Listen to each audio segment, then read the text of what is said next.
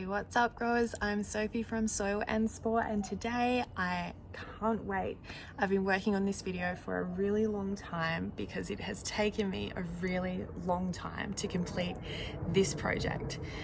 The project I'm talking to you about is building a Gabion system like this one for my garden to utilize the space out the back of my house. And I want to give a big shout out right now to A&P Metals for the amazing help that they gave me in cutting all of my pieces of mesh to size. They were absolutely fantastic, and I'm so excited to show you the process of how we finally got to this stage.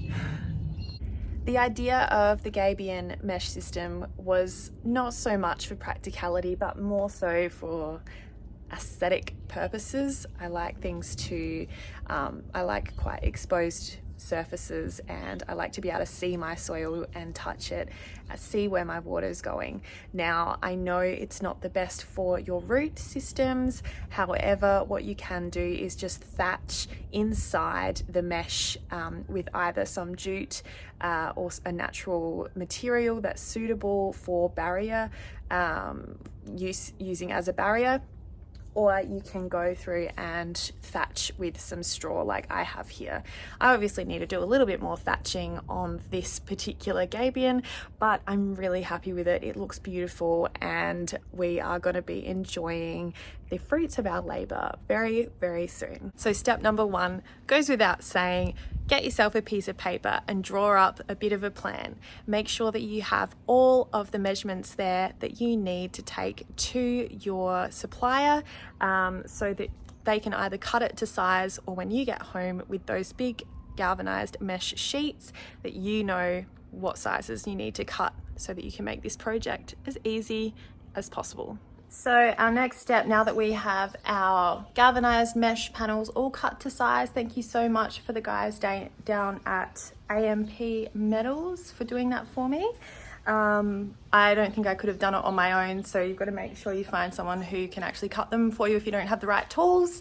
Now we are going to go to Bunnings because we've worked out how many star droppers we're gonna need to attach these little galvanized mesh panels too, so that we can hammer them into the ground, and then they'll be nice and sturdy so we can put our soil and bits and pieces in there ready for our sweet potato.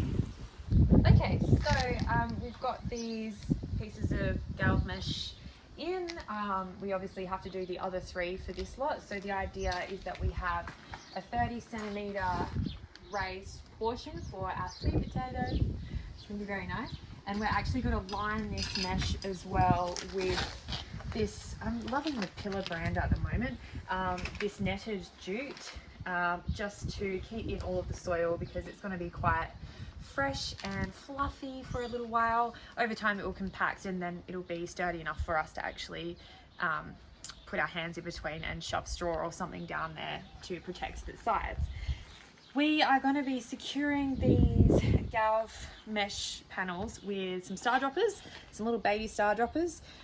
So we're very simply going to just go along in the corners and halfway along, and we're going to nail them down and make sure that the fence is secured to them. So we're actually only using wire for the securing because, as I said in other videos, we're not builders and we like to do things in the simplest way. Okay, so we have been at this for about an hour now, and I am so happy to say that we have managed to build a fantastic open Gabion situation for our sweet potatoes. And we weren't able to put stakes everywhere we planned to because there is really bad concreting. I'm not sure if you've seen my other videos, but I talk about it all the time. Really bad concreting situation going on here. So there's just concrete in places that there probably shouldn't be concrete. Anyway, so we've managed to do that, and now the next step is to put on the jute covering.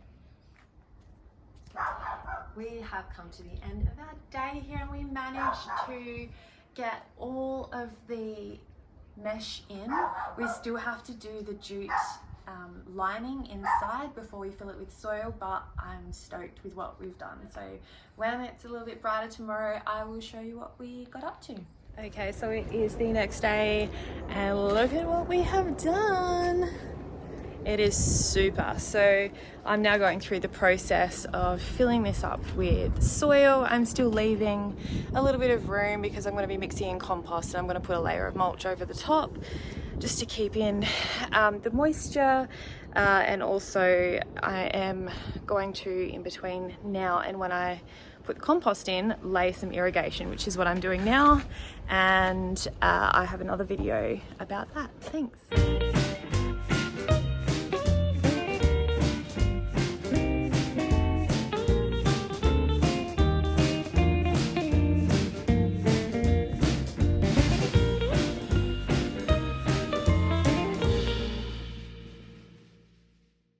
So that is the end of the video today. Thank you so much for watching, and if you want to see more content like this, please hit the like button and make sure to subscribe.